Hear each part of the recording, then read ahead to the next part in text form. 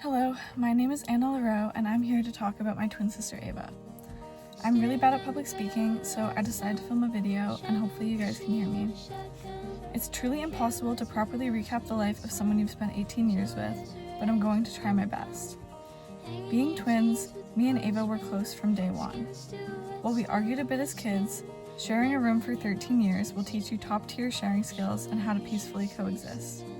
Our beds were foot to foot, and each night we'd whisper across the room at each other, or more like I'd talk and she'd respond until she ultimately fell asleep. We shared clothes, earrings, and shoes, and even after we got our own rooms before high school, we continued to share.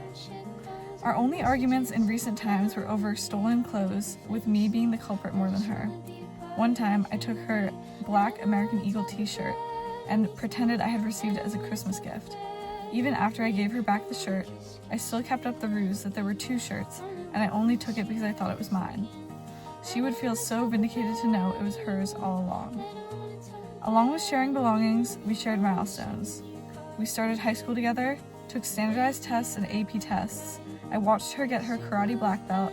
I went to all of her shows. We learned to drive together and got our licenses together.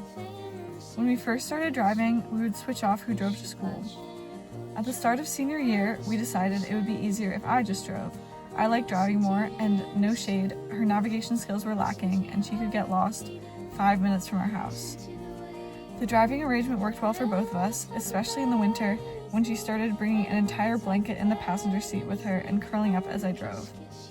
Somehow, even with the blanket, she still found more motivation to go into school in the mornings than I did. She'd humor me and let me stay a few minutes longer, but when the time came to leave, I'd drag my feet until she'd laugh and say, "Well, you have to go in at some point," and sometimes it felt like that was the only thing getting me out of the car. In school, Ava lit up every room she was in. She was one of the most intelligent people I knew, and she constantly balanced being focused and having fun. In the classes we had together, we'd always sit one in front of the other. Most notably this year, we were chemistry lab partners, and even though we were often clueless about the labs and broke at least 3 test tubes, I always enjoyed it because we laughed and joked the entire time. And laughing with Ava was funnier than with anyone else. When she told jokes or stories, before she'd even get close to the punchline, she'd laugh so hard at her own humor, her eyes would water, and she'd be unable to get the words out. This was always so hilarious to me, she didn't even need to finish the joke and I'd be dying anyways.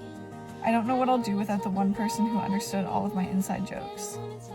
Her sense of humor was impressive, but so was everything else she did.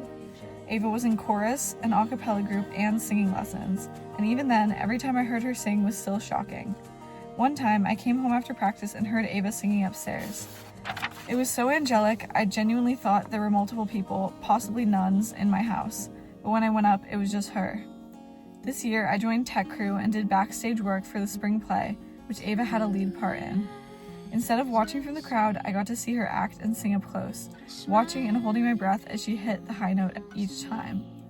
Her stage presence and authentic British accent amazed me every show, but her confidence and willingness to put herself out there in front of a huge crowd was the most impressive part. I'm so glad I got to be backstage with her this year, and I'll cherish those memories forever. Obviously, I want to talk about Ava's big accomplishments, but I also want to share the important small moments I had with her.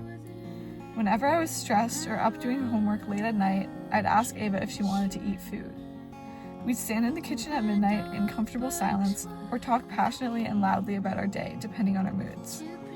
If I was procrastinating an essay, I'd walk into her room and announce that I hadn't done it yet, and she'd be like, "Me neither."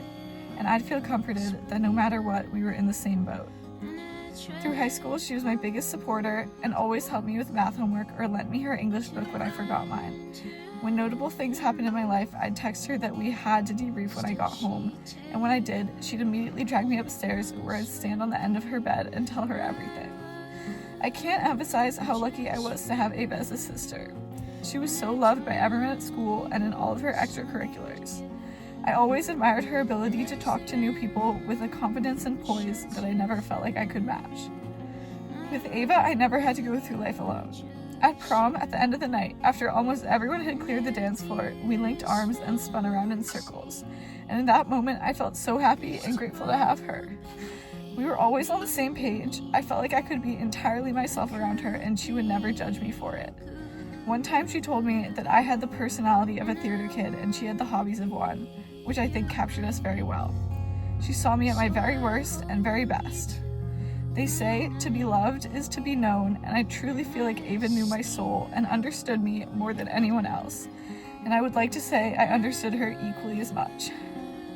I could sing her 4 notes of a song I'd been trying to remember, and she'd recognize it instantly as the intro to some obscure childhood movie from 2009. In a room full of people, I'd always look for her, and in a room full of people, we could understand each other with a glance. I don't believe we were ever meant to be separated. It feels like in an alternate universe somewhere, she's sitting on my bed or in the passenger seat next to me, and we're talking about mundane, everyday things. But unfortunately, that isn't this universe. There aren't enough words in the world to convey the amount of love I have for her and how much I'll miss her, but I think the best way to honor her memory is to keep talking about her, even if you don't think you can find the right words. Talk about the time she made you laugh, or the time she beat you in Connect 4, or the time she did the entire New York Times mini crossword before you could fill out a single word. Ava was the most alive person I knew. She was my best friend, my twin, and my only sister. Nothing will ever fill the hole her absence has left in all of our lives, but through all of our stories, her memory can live on. Thank you for listening, and I love you all. Wait, before we go into the video.